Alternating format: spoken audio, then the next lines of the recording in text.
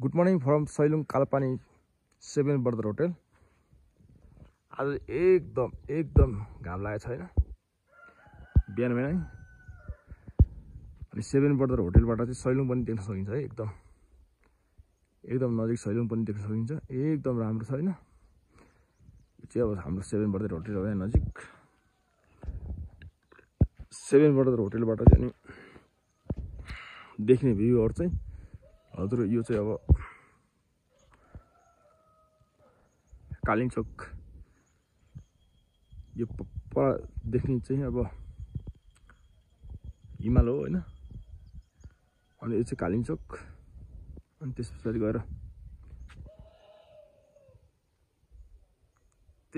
गएर देखिने यो भने गौरीशंकर हिमाल।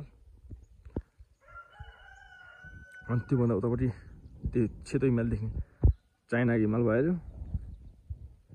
अनि त्यसपछि अरू हिमाल पनि देखिन्छ यहाँनिर। बिहानै घाम लागिसकेको छ हैन। त्यो अलि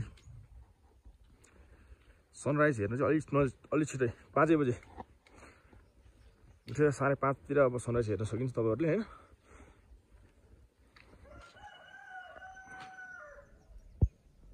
हल्का अब तल चाहिँ अब बादल छ।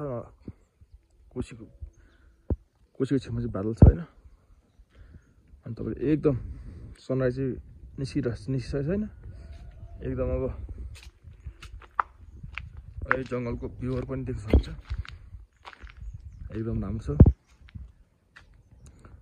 अनि यता सैलुङ हो, माथि सैलुङ हो। सैलुङ पनि एकदम राम्रोसँग देख्न सकिन्छ। एकदम हरियाली अहिलेको बेलामा हैन।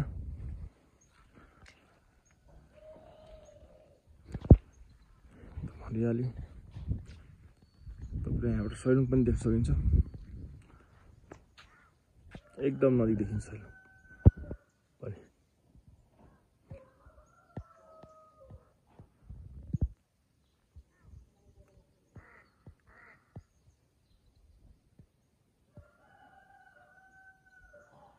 सायद यहाँबाट अब सैलुङमा मान्छे पनि हेर्न सकिन्छ। एकदम नजिक है, एकदम नजिकै। यहाँबाट लगभग सैलुङ 45 मिनेट पुग्छ हैन 7 बर्दर होटलबाट। एकदम हरियाली जताततै हरियाली देख्न सकिन्छ तपाईहरुले। एकदम राम्रो हेर्नु।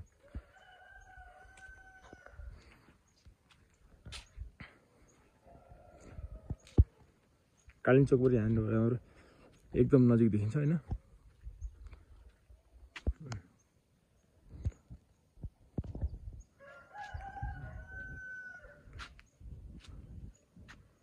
ल यो हिमाल पनि देख्दैछु ल। त्यो बादलले हल्का ढाकेको छ यतापट्टि चाहिँ हैन। यहाँबाट चाहिँ अब यी माछापुच्छ्रे हिमालहरु देखिन्छ।